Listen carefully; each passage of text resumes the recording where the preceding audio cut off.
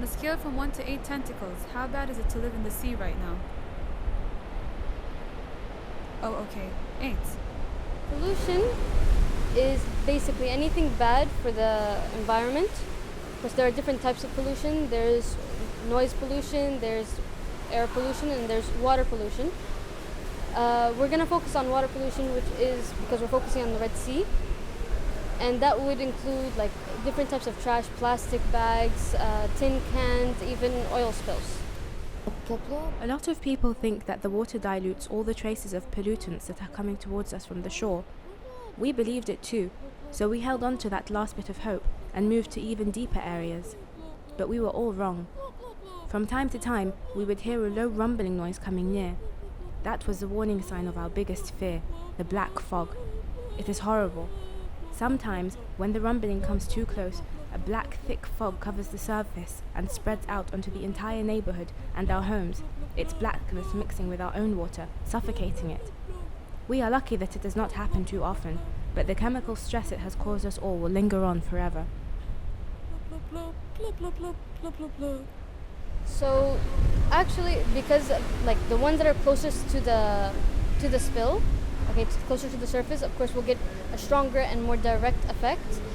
As the oils would go in deeper, it will actually have a more widespread, and it will like spread out into different areas. It'll affect the animals less, but deeper into the water, the animals are further away from sunlight. Further, they don't have algae. They don't have like that much to have a strong.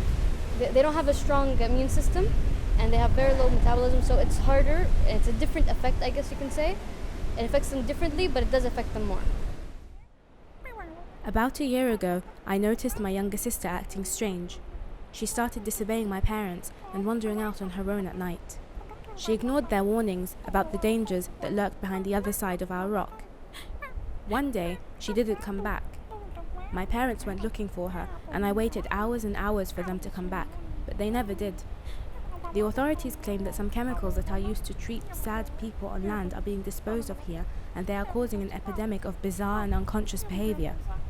Of all places, humans decided that our beautiful home's a wasteland.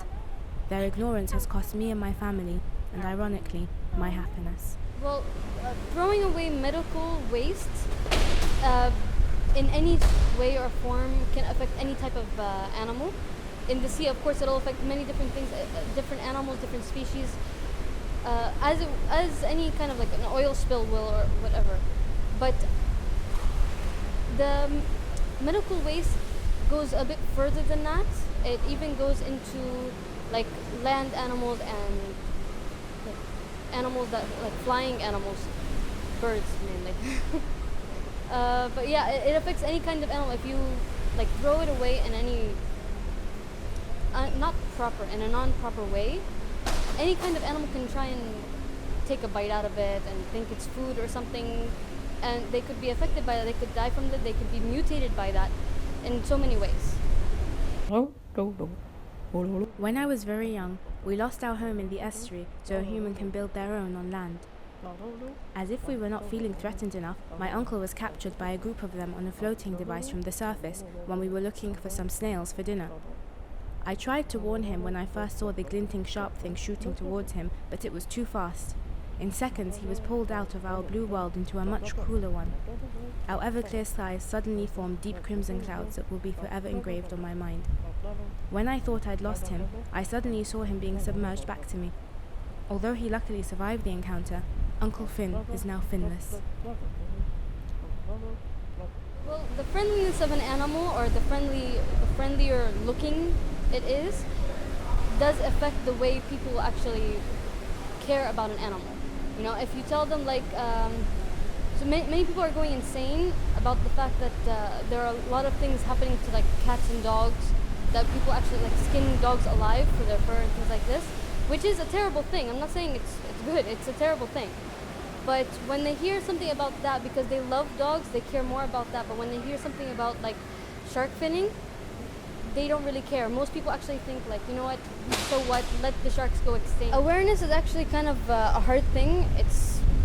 Many people think of it as a boring thing. Anything related to environmental anything, they automatically like brush it off. If it doesn't affect me directly, you know, I don't really care about it. That's basically the mindset of most people.